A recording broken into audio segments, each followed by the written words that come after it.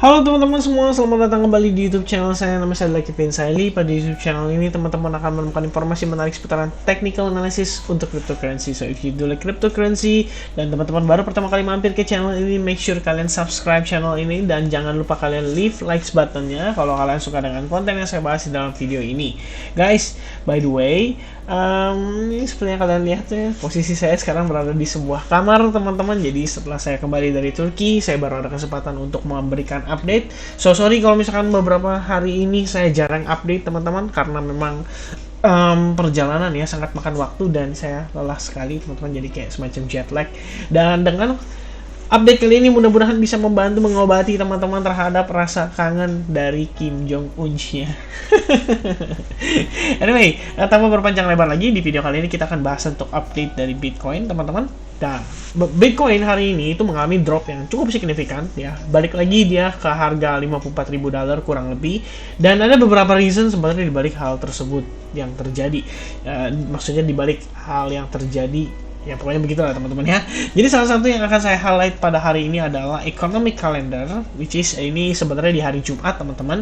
Bisa lihat ya, di sekitar jam setengah 9 malam tadi itu ada non-farm payroll. Nah ini adalah data ekonomi Amerika Serikat yang paling penting, menjadi indikator juga untuk tapering setahu saya ya, dimana result dari data ini sebenarnya cukup buruk untuk dolar, tapi sifatnya itu hanya sesaat teman-teman. Nah teman-teman bisa baca di situ tulisannya worse than expected, artinya lebih buruk dari yang diharapkan. Nah tapi teman-teman, di satu sisi ada juga impact yang cukup positif pada dolar Amerika, yaitu unemployment rate. Unemployment rate itu adalah data pengangguran teman-teman. Jadi secara data pendapatan memang mereka mengalami pelemahan atau penurunan, tapi yang menarik adalah penganggurannya teman-teman itu turun sangat besar. Ya, kalian bisa lihat better than expected. Sebelumnya itu 4,6% dan ini adalah data terakhir di bulan Oktober. Lalu di November sebenarnya ekspektasinya adalah turun sampai 4,5%. Artinya akan ada kondisi pengangguran yang lebih sedikit, artinya lebih membaik untuk keadaan ekonomi negaranya, which is itu 0,1%.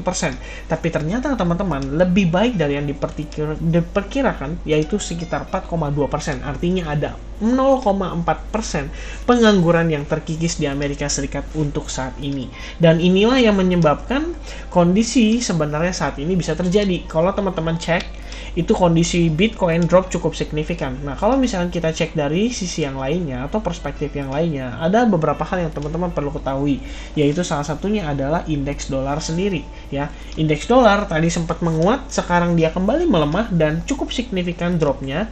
Jadi memang secara impact, kalau kita lihat jangka panjang ini harusnya kalau misalkan dolar masih ada penguatan, maka harusnya bisa berdampak juga terhadap Bitcoin-nya sendiri teman-teman. Nah, sebelumnya ya tadi sekilas untuk pembahasan seputar dolar gitu ya. Jadi kalau misalkan secara data pengangguran sendiri membaik, sebenarnya akan ada indikasi tapering itu bisa dipercepat teman-teman. Dan itu menjadi tolak ukur dari si Jerome Powell kemarin dalam memberikan speech-nya. Jadi dia selalu bilang ya, keadaan ekonomi harus membaik, terus pengangguran juga harus berkurang. Dan pengangguran itu di bulan November berkurangnya sangat signifikan, 0,4% teman-teman. Jadi ya, tentu ini sebenarnya bukanlah merupakan berita atau informasi yang cukup baik untuk pergerakan Bitcoin. Nah, sekarang kita lanjut ke dalam pembahasan Bitcoin ya teman-teman. Saya akan start dari time frame daily terlebih dahulu. Jadi seperti yang teman-teman ketahui, sebelumnya kita udah sempat melakukan pembahasan bahwa Bitcoin itu berpotensi sedang bermain di dalam wave 2 menuju ke wave 3, yang mana targetnya itu sebelumnya kita sudah perkirakan berada di kisaran $78.000. Pertanyaannya nih teman-teman, apakah penurunan kali ini itu memang sengaja dibuat dan sengaja harus diciptakan supaya menyebabkan semakin banyak retail yang akhirnya buang barang, atau posisinya justru sebaliknya gitu ya. Nah, ada beberapa hal yang kita bisa lihat teman-teman. Pertama, di sini kalau misalkan saya extend trend line-nya ini dan kita tambahkan satu trend line baru, kalian bisa lihat bahwa trend line ini membentuk sebuah pattern yang dikenal dengan istilah falling wedge pattern. Dan falling wedge pattern itu kecenderungannya adalah bullish pattern. Jadi kalau misalkan teman-teman melihat suatu kondisi market mengalami penguatan dan di ujung dari penguatan tersebut terdapat yang namanya bentuk pattern seperti falling wedge atau cenderung menyempit, ketika dia semakin terkoreksi semakin menyempit, maka hal tersebut bisa memberikan impact pada market tersebut untuk melanjutkan tren yang berlangsung, which means saat ini kita sama-sama tahu bahwa tren Bitcoin itu jelas sekali uptrend, teman-teman. Ya, nah itu adalah salah satu yang kita bisa lihat, teman-teman. Lalu kalau misalkan kita zoom in lebih deeper lagi atau lebih dalam lagi, which is saya akan hilangkan beberapa garis-garisnya. Kita bisa lihat dari sini, teman-teman. Teman-teman akan melihat sebuah trend line atau resistance line dibarengi dengan exponential moving average 21 dan juga 55, which means ini memang benar-benar key resistance-nya kita yang menjadi suatu level di mana kalau misalkan berhasil di breakout maka akan memberikan dampak yang sangat signifikan bagi Bitcoin. Nah, bagi sebagian orang mungkin bisa menilai bahwa saat ini kita itu sedang proses development dari inverse head and shoulders. Jadi teman-teman bisa hubungkan antara left shoulders dengan head sekaligus ke bagian right shoulders-nya dia. Nah, ini sifatnya baru, kita bisa bilang baru spekulasi ya teman-teman, atau kita bisa bilang ini ya bisa dibilang baru development lah, masih terlalu early lah untuk kita katakan ini membentuk semacam inverse head and shoulders, which means kalau misalkan demikian ini memang inverse head and shoulders-nya, maka Bitcoin harus menunjukkan ke kita bahwa memang ini adalah penurunan terakhirnya dia sebelum akhirnya dia kembali terrebound. Nah, ada beberapa indikasi yang akan saya tunjukkan kepada teman-teman melalui time frame hourly atau 4 jam dan 1 jam. Nanti akan kita cek seperti apa. Nah, cuman kalau misalkan untuk daily time frame sendiri, beberapa hal yang perlu saya remind ke teman-teman adalah satu, potensi terbentuknya inverse head and shoulders pattern tadi, dan kedua teman-teman, kalau misalkan kita munculkan kembali Fibonacci retracement, level tersebut merupakan dekat sekali dengan level Fibonacci 50%. Dan artinya kalau misalkan demikian memang ini adalah mendekati level bottomnya kita, maka satu kondisi yang saya ingin lihat pada Bitcoin adalah breakout dari resistance-nya. Nah, teman-teman, beberapa hari lalu saya sempat posting, atau tepatnya kemarin, saya sempat posting tentang kondisi Bitcoin saat ini. Bahwasannya kita baru breakout dari falling wedge pattern dan kita membentuk sideways. Saat ini, sideways tersebut berhasil di breakdown, artinya marketnya cenderung melemah karena mungkin efek atau impact dari news tadi yang juga berpengaruh terhadap kondisi tapering ke depannya. Nah, akan kita bedah seperti apa kondisinya, teman-teman. Pertama, kita akan munculkan dulu dari chart pattern yang sebelumnya sudah pernah saya bahas, teman-teman. Oh sorry, bukan di sini ya. Oke, wait a second, let me show you guys. Oke, this one ya. Nah, ini teman-teman bisa lihat sendiri ya, bahwa sideways-nya itu akhirnya berhasil di breakdown, dan sebetulnya karena dia berhasil breakdown, kita malah melihat adanya potensi pembentukan seperti right angle descending broadening wedge pattern, which is kurang lebih seperti ini teman-teman ya, right angle descending broadening wedge pattern. Jadi kalau kalian lihat nih, sebenarnya di bagian atas resistance-nya itu dites berkali-kali teman-teman, dan untuk bagian bawahnya dia semakin lama membentuk semacam lower low. Nah, kalau misalkan berhasil breakout, ini harusnya menjadi suatu hal yang positif bagi pergerakan Bitcoin. Jadi saya bukan berarti ngelihat ini tidak ada potensi turun teman-teman. Kalau misalkan teman-teman tanya, Vin masih bisa turun nggak? Ya obviously jawabannya pasti bisa teman-teman, karena saat ini key support yang menanggulangi pergerakan Bitcoin itu hanyalah pada kisaran $53.000, which means kalau misalnya kita tampilkan kurang lebih seperti ini teman-teman, didukung dengan Fibonacci retracement 50% pada time frame daily. Ini menjadi key supportnya kita. Nah, kalau misalkan kita ingin melihat skenario bullish kembali take over market Bitcoin dan akhirnya mendorong kripto-kripto lainnya juga untuk melanjutkan penguatannya, maka ada satu hal yang perlu dilakukan oleh Bitcoin, yaitu memberikan konfirmasi ke kita bahwa Bitcoin ready to going up ya. Pertama teman-teman, tadi sudah kita bahas bahwa ada potensi pembentukan inverse head and shoulders pada time frame daily, dan sebetulnya kalau kita lihat dari time frame yang lebih kecil pun sama, kita juga sama-sama bisa melihat terbentuknya potensi inverse head and shoulders pattern. Nah, selain daripada itu sendiri, kita juga tahu teman-teman bahwa dia sudah berhasil breakout dari falling wedge pattern, dan saat ini kita kemungkinan sedang memasuki proses testingnya terhadap si resistance line daripada si falling wedge pattern tersebut. Dan kalau misalkan teman-teman Jika seandainya kita tepat teman-teman, maka kita akan masuk ke skenario ini, which is ini adalah skenario yang menurut saya cukup menarik. Jadi kalau misalkan kita munculkan kembali garis trend line-nya, kita hubungkan dari resistance sebelumnya, dan kita dapati bahwa ini adalah garis trend line yang berpotensi juga sebagai support dari pergerakan kita yang terakhir.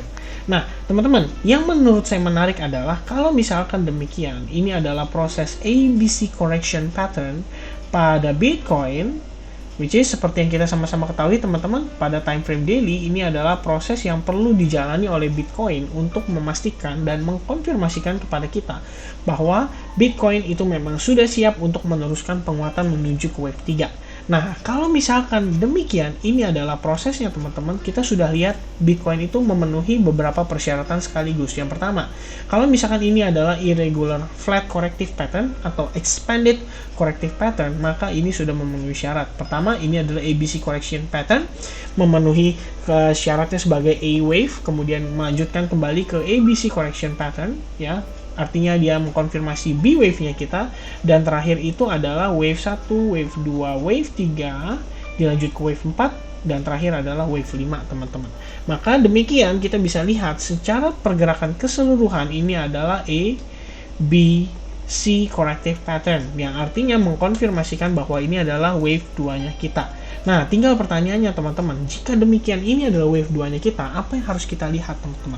Pertama, jelas sekali bahwa last sellers yang memegang kontrol penuh atas market itu adalah seller yang berhasil menyebabkan Bitcoin breakdown dari key support kita di kisaran 55.800, dan itu berarti adalah sellers yang berada pada area kurang lebih ini teman-teman, ya. Dan seperti yang kita katakan pada update terakhir bahwa big fan sellers itu taking control atas Bitcoin, makanya every time kita kena area tersebut kita selalu ter-reject dan ter-decline.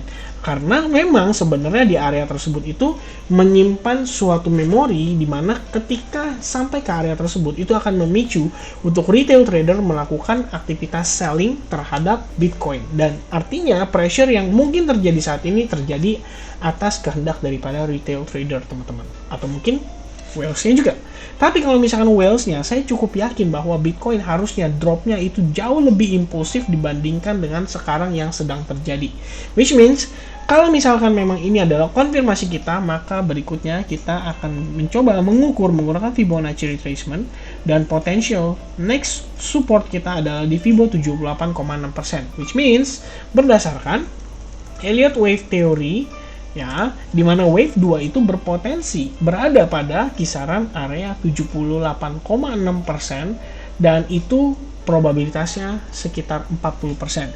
Artinya teman-teman, jika demikian memang ini adalah kondisi yang perlu terjadi pada Bitcoin dalam tanda kutip untuk membuktikan ke kita bahwa Bitcoin harus create yang namanya higher low, dan konfirmasi higher low-nya saat ini sedang berlangsung, maka ekspektasi kita berikutnya terhadap kondisi Bitcoin adalah wave 1, which is kayak gini, dilanjut ke wave 2, dan terakhir wave 3, wave 4, and seterusnya teman-teman. Nah, jadi seharusnya teman-teman kita sedang berada pada kondisi impulsive move pada Bitcoin. Cuma pertanyaannya nih, apakah Bitcoin mampu mempertahankan key support 54.600 untuk mengkonfirmasikan bahwa ini adalah wave 2 yang kita tunggu? Oke. Dan selain itu teman-teman, kalau misalnya kita lihat sekilas nih, karena dia posisi breakdown terhadap si sideways range yang terakhir, maka kita bisa lihat teman-teman saat ini si Bitcoin itu berpotensi membentuk yang namanya descending channel. Dan kalau misalkan ini yang merupakan descending channel, maka seharusnya bagian bottomnya itu bisa terlihat teman-teman ya. Dan kalau misalkan ini adalah proses menuju ke wave 2 yang seperti kita bahas tadi, maka ABC correction pattern yang berpotensi terjadi saat ini, dan kita bisa menentukan potensi target pada Bitcoin.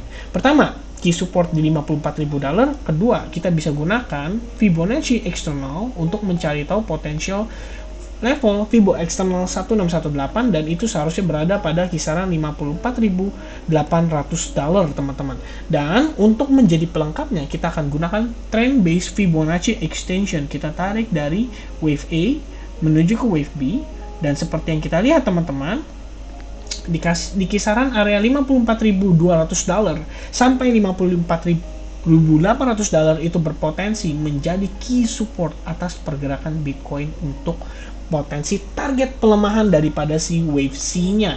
Jadi kalau misalkan demikian, memang ini adalah kondisi Bitcoin yang harus terjadi, maka saya expect Bitcoin harus bisa rebound dari level ini untuk memastikan bahwa Bitcoin ready meneruskan bullish-nya, teman-teman ya.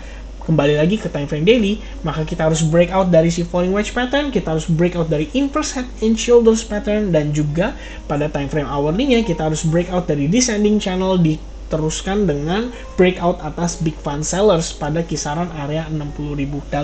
Barulah di sini kita bisa mendapatkan konfirmasi bahwa oke, Bitcoin ready untuk melanjutkan rally menuju ke wave 3. Otherwise, maka Bitcoin maksudnya otherwise itu kalau sebaliknya ya teman-teman ya, seandainya alternatif skenario-nya Bitcoin tidak mampu mempertahankan level Fibo 50%, maka sebetulnya tidak perlu khawatir teman-teman, karena ada satu skenario lagi yang mungkin berpotensi terjadi pada Bitcoin, yaitu testing terhadap trendline yang terbentuk dari kisaran pertengahan tahun ini hingga di kisaran bulan September Oktober awal, maka ada potensi kita mungkin akan testing terhadap area tersebut. Oke, so I think teman-teman itu aja update saya seputaran Bitcoin kali ini ya. Setelah sekian lama saya nggak update, saya update sekarang agak lebih panjang. Kalau teman-teman nonton sampai selesai, make sure kalian komen di kolom komentar 3% ya, karena seperti biasa teman-teman, harapan saya adalah semua yang nonton video ini sampai selesai bisa mendapatkan banyak informasi, banyak mungkin ya kalian bisa bilang itu ilmu atau mungkin istilahnya metode saya melakukan technical analysis, yang macam-macam teman-teman ya. Jadi bebas. Yang penting apapun itu, harapan saya adalah bisa menjadi nilai positif untuk teman-teman semua, dan semoga kiranya video yang saya buat ini bisa bermanfaat. Sampai ketemu lagi di update dari koin-koin berikutnya. Thank you so much yang udah nonton sampai selesai. Jangan lupa subscribe channel ini dan leave your thumbs up kalau kalian suka dengan konten yang saya bahas di dalam video ini. So I think that's it teman-teman. See you guys again in the next update. God bless everyone. Have a nice rest. Cheers.